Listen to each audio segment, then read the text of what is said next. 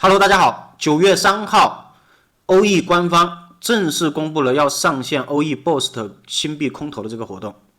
9月8号就正式上线了，也就是昨天，欧易 Boost 活动的第一期的新币空投。不管你是加密新手的小白还是老韭菜，我个人觉得这个活动都是值得去参与一下的。因为欧易 Boost 活动，你可以理解为就是对标之前币安推出来这个阿尔法活动。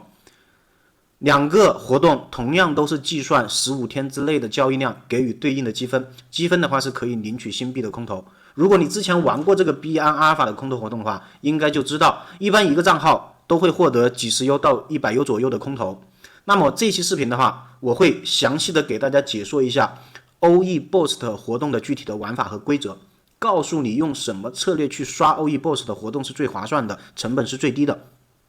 以及凭借我个人的经验来预测一下，如果是开多号刷这个欧易 Boost 的活动的话，防止女巫的一些方法。好，如果你是新手小白，还没有注册过欧易币安交易所的话，可以点击我视频下方的注册链接，先去要注册一下欧易和币安交易所。因为参与欧易 Boost 的活动的前提是需要先入金买币的。通过我的邀请链接注册的话，你可以永久获得20%的手续费返佣。你也可以在我的频道的主页来看一下我这之前发的这一些关于欧易币安的注册开户的一些入金的一个教程，非常的详细，新手小白一看就懂。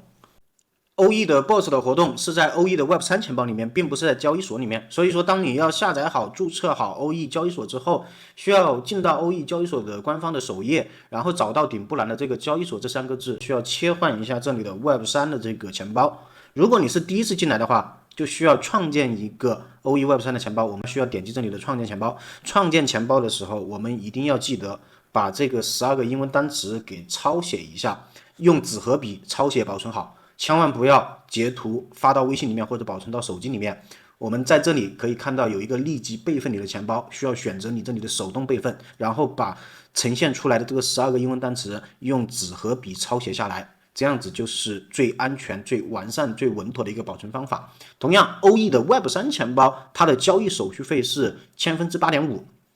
所以说，在欧易钱包里面，你交易一笔也是同样，它要收一个手续费的。收手续费可以去理解，但是也是有一个减免的一个方式和方法。你在钱包的左上面，我们点击这里的按钮，找到这里的邀请计划，进到这个邀请计划这里去输入这里的一个邀请码。输入邀请码，我们直接输入我这里的一个邀请码，就是168668这个数字，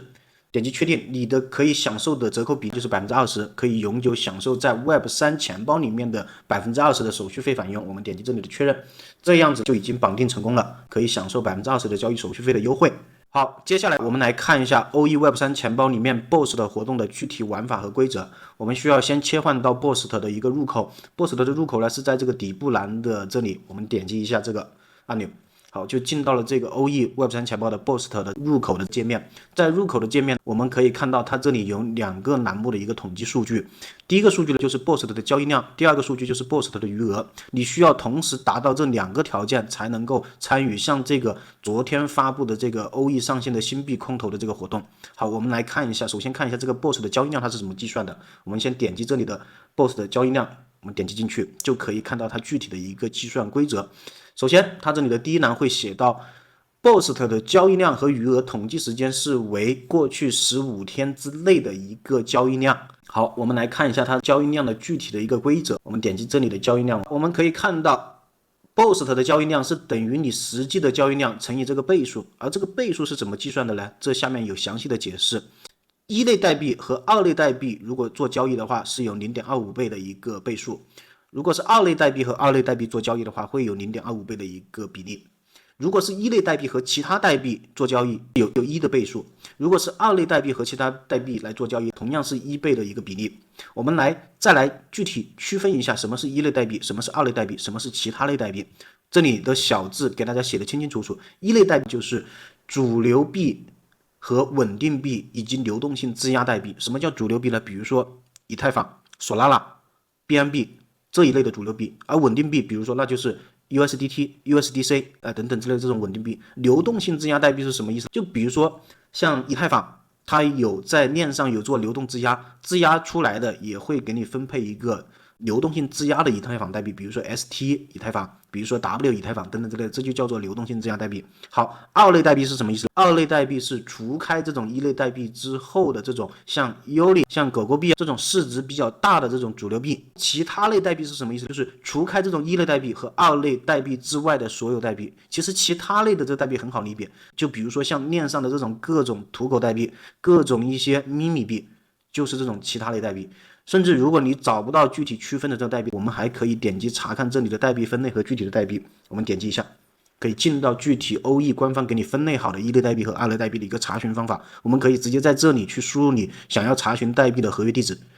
就可以看到它是属于哪一类代币。我们可以切换这里的代币的类型，比如说你想查看一类代币，我们就选择一类代币，然后确认。这里就可以看到像以太坊、USDT、BNB、USDC， 包括各种流动性质押的代币有很多种，它们这种都是属于一类代币。如果你想查看二类代币，我们输入勾选二类代币，然后确认。二类代币比如说像 Link 是吧，像史币、像 UNI、像佩佩、像 EAN 是吧，这种都是属于二类代币是吧。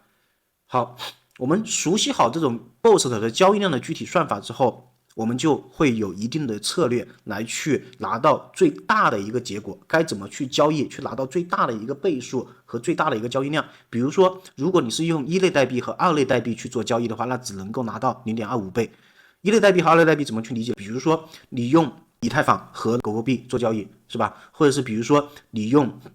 以太坊和 UNI 做交易，那这种就比如说你交易的交易量是实际的交易量是1000U。然后1000U 就只能够乘以这 0.25 倍，是吧？如果你是用二类代币和二类代币，比如说你是用 UNI 和狗狗币这种之类做交易，那你交易1000U 的话，也只能够乘以这 0.25 倍。那如果你是用一类代币和其他类代币，就比如说如果你是用的是索拉拉，或者是用的是 BNB 和链上的这些土狗代币做的交易，那你交易的1000U，你乘以的倍数是1倍，那就是实际的 BOSS 的交易量，那就是1000U 的交易量，肯定比这一类代币和肯定比这前面的这两种类型的交易对它的倍数和交易量是会更高的。但是这里要区分两种特殊的方式是哪种方式？一类代币和一类代币来做交易是不计入任何的倍数的，那就是为0，所以说这种是不可取的。一类代币和一类代币做交易是什么意思？就比如说你以太坊和 USDT 稳定币做交易，这种是不行的，好吧？或者是其他类代币，比如说链上的土狗代币和土狗代币做交易，这样子也是不计入倍数的。这样子也是不可取的。好，我们最可取的是哪种？就是一类代币和其他类代币。我个人觉得这种是最可取的。我们再来看一下这里的 BOST 余额。BOST 余额是指你在 OKX 也就是欧易的 Web3 钱包里面持有的一类代币的日均余额。一类代币是什么？比如说你持有的 BNB， 你持有的索拉拉，你持有的稳定币 USDT、USDC， 这种会给你计算成日均的余额，不包含 DeFi 在你玩的一些 DeFi 的项目去质押进去的，也不包含这种 NFT 的持仓的这种价值。那了解好这种 BOST 的交易量和 BOST 的余额的具体的计算规则和方法之后，我个人会选择用哪种方式来做交易？我会选择一类代币和其他类的代币做交易，这就是拿到这种1倍的这种方式。我交易1000U，也就是实际的 BOSS 的交易量会有1000U 的那个交易量，我交易2000U 会有2000U 的交易量。那怎么去选择哪一类代币和这种土狗代币，也就链上的这种代币来做交易会更合适？因为你用一类代币，也就是比如说用索拉拉或者是用 BNB 和这种土狗代币来刷交易量，土狗代币它是不稳定的，它随时有波动的。如果你刷来刷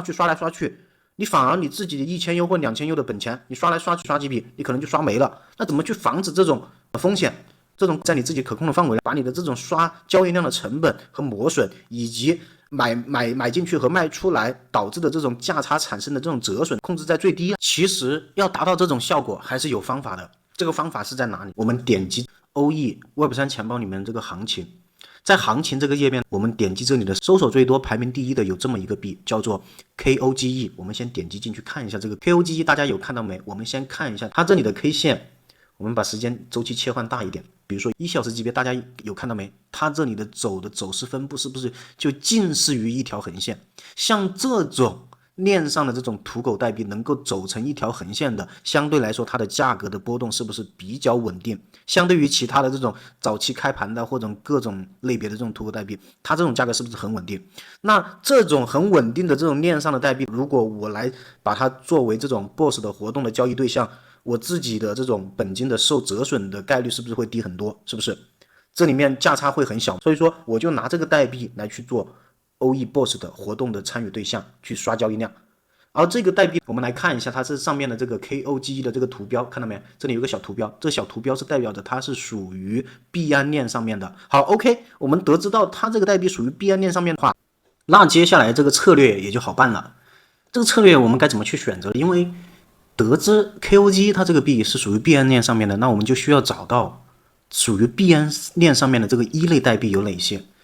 币安链上面的一类代币无非就两种，一种就是 BNB 是吧？另外一种就是稳定币，那就是币安链上面的 USDT。BNB 和 USDT， 我个人肯定会更考虑 USDT 嘛，因为 USDT 相对于 BNB 来说，它更稳定一些，它没有价格的波动，所以说我会选择用 USDT 来和这个 KOG 来做交易。好，接下来我先去交易所上面去提币提过来。比如说我去交易所上面，我提1100个 USDT， 再提一点 BNB 作为 gas 费。为什么要提1100个 USDT 呢？因为大家可以看一下这张图，是 OE Web3 钱包的 BOST 的这个积分空投活动第一期的上线的这个币种是 Linear 这个币种。你看一下这里的交易积分的一个计算量，大家可以看一下这里的第6个档位，它的 BOST 的交易量的是1024 U，1024美金，对应的是6个积分。如果每个积分它这里可以空投50 U 等值的 Linear 的话，那这里就是300 U。我是大概估算，根据我个人的一个经验估算，这里就是300 U。我先提币测试一下实际的磨损，再算一下成本和收益，最终算一下净利润，好不好？好，我们来先提币，先找到币安交易所，因为在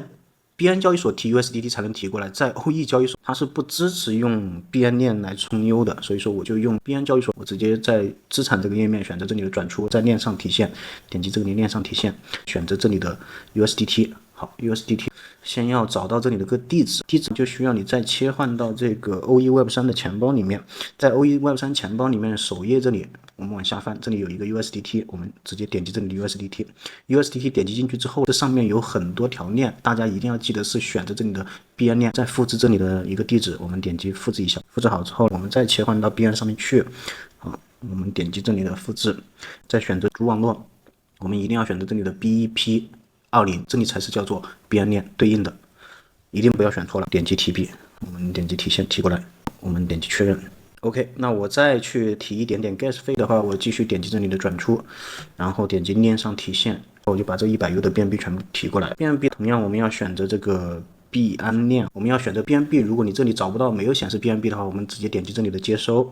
然后在这里搜索 BNB 这个关键词，搜索出来的第一个就是 BNB， 我们选择这里的 BNB， 然后再点击这底部的这个复制这个按钮，把这个地址复制过去，然后在这里切换到币安上面交易所上面，然后把这个地址复制上去，粘贴上去，然后选择主网的话，同样要选择这个币安链。好，然后点击这里的全部提现，然后点击这里的提现，点击确认，这样子大概就1分钟时间以内就可以提过来了。我这里提的1100个 USDT 和100美金等值的 BNB 都已经提完了，我来给大家实测一下具体的磨损，刷交易量磨损大概有多少。好，我们点击这里的行情，然后继续选择这里的 KOG 啊。KOG 的话，这里呢我就点击这里的交易按钮，这里需要切换一下，不是用 BNB 和它交易啊，我们是点击这里的 BSC 这条链上面的 USDT， 我们选择这里的 USDT， 选择这里的 USDT 呢，你既然是总共的余额是1100个 USDT 的话，那我就分2笔嘛，我第一次交易的话，是不是就用550个 USDT 来和它成交？好，550个 USDT 的话，如果兑换成 KOG 的话，它这里只能兑换成546美金等值的 KOG， 那相当于这里的磨损就有3 U 左右哦。好，我点击授权。啊，这里不要选择最无限大啊，要选择最大就行了。你交易多少金额就选择多少金额的。好，然后点击确定，授权一下。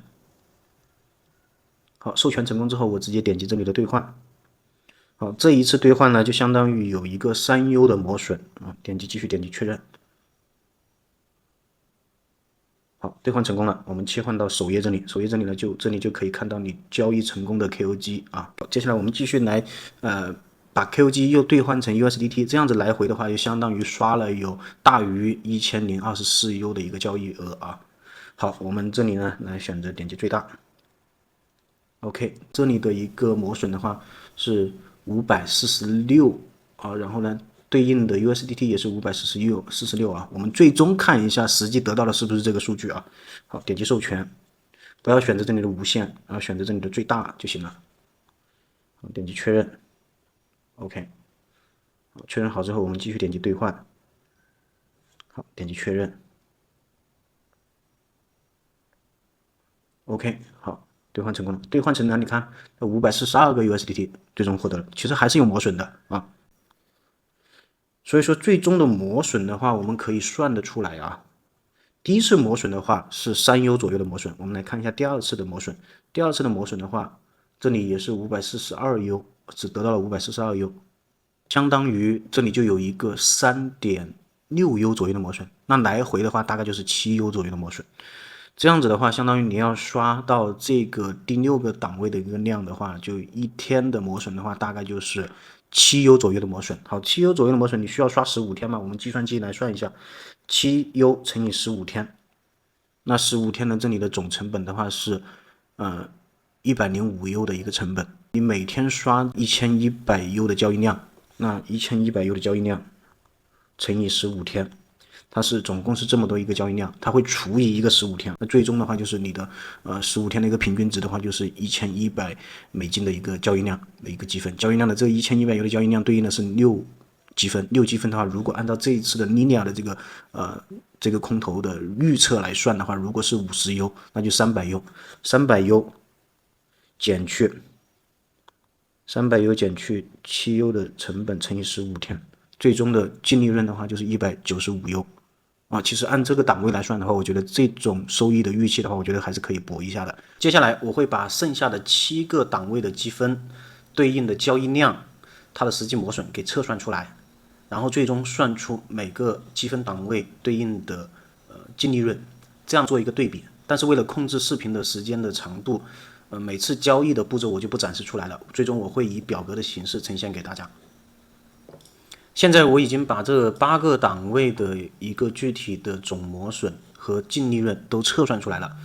大家先看到第6个档位的净利润，大家先不要着急喷我，因为和我视频之前的测算出来的净利润是不同的。为什么会不同？因为我拿着这个号来测算的时候是没有邀请返佣的福利的，所以说它这里面可能会有一些差别点，但是没关系，我们就按这一套体系来算，看一下具体的情况。首先，如果你刷的最高档位的，它是亏损的，所以不建议直接拉满最高额度去刷最高的档位，这个直接 pass 掉。然后我们首先来看一下第5档，第5档和第4档相当于它每天的交易额磨损有很大的一个差别，一个是75U 的磨损，一个是33U 的磨损，但是它们的总利润并不大，净利润差别只有8U。那相对于来说，这样子你可以选择第4档位的来刷，会比第5档更划算。那如果你刷到第6档，按这个每天交易额1024U 的平均交易量来刷，这里的净利润才165U，165U 相对于第5档反而还少了一些利润，相对于第4档更少了。所以说，如果你是单号来刷，我个人建议推荐第4档或者第5档来去刷。但是我测算的磨损和实际的净利润也是建立在一个大前提，就是每积分50U 的一个空头计算量。这个每积分50U 的空头计算量不是官方给出来的，是我自己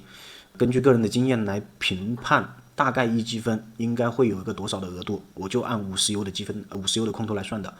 这个号的测算也是在没有返佣的情况下来算的，所以说它的总磨损会高一些。OK， 那这张表格就仅做参考，大家可以根据自己的实际情况来定。OK， 这样的话就已经算出来了实际的一个成本磨损量以及预期的一个空头能计算出来的一个实际的一个收益净利润。面对这种净利润的话，肯定屏幕面前的一些粉丝朋友肯定会问，这种情况值不值得去开多号？因为在OE 的这种 Boost 这种空头的这个活动来看的话，它不是在交易所上面去做的活动，它是在这种链上Web3 钱包上面做的活动。那 Web3 钱包上面的活动，我们可以点击这左上角的这个按钮，然后可以点击这里的钱包管理，是吧？钱包管理可以直接在这里添加钱包，添加钱包我可以创建 N 多个钱包，是吧？那我是不是可以分很多钱包来刷？其实这样子是不可取的。为什么不可取呢？我们来看一下，比如说像OE 的这个老板徐明星他发的一个那个推特啊，你看 OKX Boost 是优质项目进入 OKX DEX 的一个通道。我们始终鼓励真实的交易行为，不支持或纵容工作室刷单操作，更不会对非真实交易承诺任何回报。所以说，面对 OKX 的老板他亲自的发言，我估计未来像这种活动会越来越火爆，之后肯定会有很多人来开多号去参与这种活动。既然有人开多号，那 OKX 的官方肯定会去抓女巫，抓这种工作室的行为。根据我个人的经验来判断，像这种开多号的，在链上钱包开多号，如果你是直接在同一网络、同一个手机上面开的，创建的 N 多个钱包，肯定会被女巫的。如果你要开多号，肯定要保证，第一，你不要在同一个手机上面，你要分手机，每台手机连的网络 WiFi 的话，也不要连同一个 WiFi，最好是每台手机配一个固定的网络 IP， 这样子才能够保证你的号不被给 pass 掉，不被女巫掉。这是我个人的一个预测。好 ，OK， 那今天关于这个 OKX 的 Boss 的活动，我就给大家先讲到这里了。对于这个活动，我个人建议是先用一个单号来去玩一下，来去测试一下实际的收益。15天之后，我们再看一下具体的一个演变，因为它每期的活动，它并不是直接按照第一期的 linear 上限的交易量来算的，肯定每一期它的交易量涌进来的人数会越来越多，肯定会越来越卷，所以说它动态的变化值，这些交易量都是动态变化的，包括它的积分，未来这个交易量的上限也肯定会扩大化，所以我们还是走一步看一步，不要一开始就想着去开多号。OK， 那今天这期视频就给大家解说到这里。如果你觉得我的视频对你能够起到一点点帮助，请对我的视频点赞、订阅、开启小铃铛。如果在实际的操作过程中你遇到了什么一些问题，也可以在我的视频下方留言，我看到了会第一时间回复大家的。那今天的这期视频就给大家解说到这里了，咱们下期视频再见，谢谢大家的观看。